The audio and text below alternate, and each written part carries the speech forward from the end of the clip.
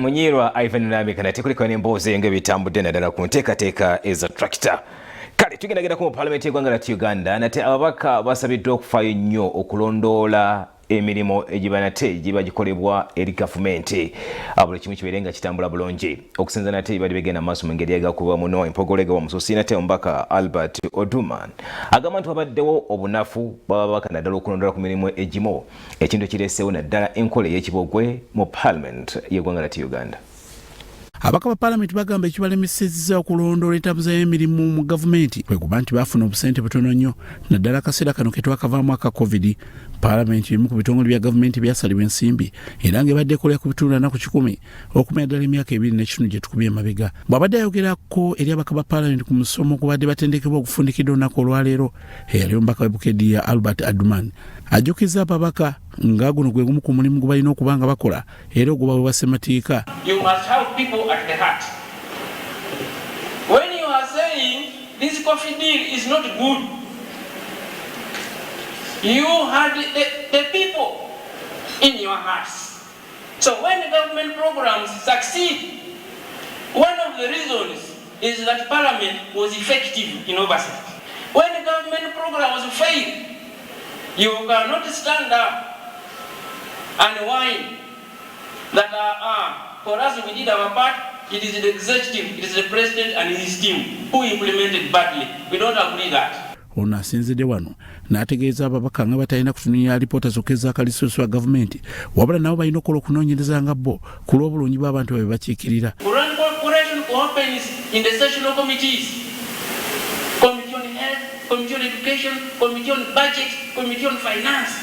That is where grand corruption takes place.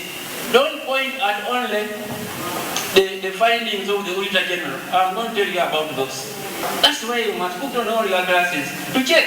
Omubaka okuva ebutusongola kitanywa ono ategeezezza nga bwe bafubye okulaba nga bagoberera enteekateeka za gavumenti naddala okutuukira ddala mu gavumenti ez'ebitundu naye nga basanze okusoomooza. Ekizibu ekiriwo ng'oba okimanye tubadde tuli mu nnaku eza korona kati entambula y'ababaka okusisingana n'abantu ebadde nga teri bulungi lwakuba wabaddewo curfew. Nga committees tubadde tuorganizinga meetings kugenda mu field kulaba emirimu ng'ebwekolebwa naye n'osanga nti esente tiziriiwo.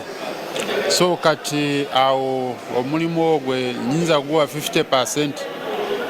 Naye kati batupromisinze nti this second session, this second year, they are going to fund those activities. Mungeri omubaka okuva e Kanyu mu County Peter Okwaringa yategeezezza nga Parliament beeremeddwa okukola ebitundu 10 ku 10 oluvannyuma lw'okuba nti wabaddewo okusika omugwa wakati w'olukiiko olufuzi saako nayo yennyini. Every government for effective governance must interest herself in what takes place in Parliament.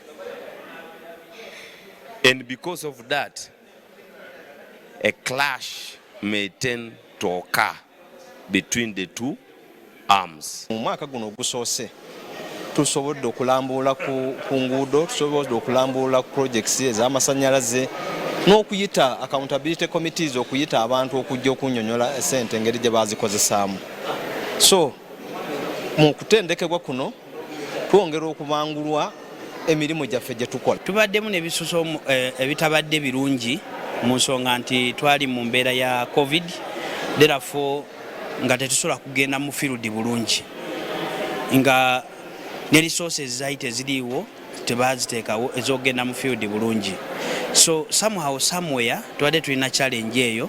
Bw'oba omanyi kyonoonyerezaako kituyamba kutereeza ggwanga kitegeeza nti toyina kutya kubanga batugambye olumu wabeerayo okutiisatiisa ne bakulagana okulaga nti bw'onojja tulondoola tujja kukuyegera abantu mu constituency yo tukusuule. Omusomo guno gufundikidde olunaku olwaleero ku Russell TV nze Grace Girinya ne Rukisebalamu Omunyo.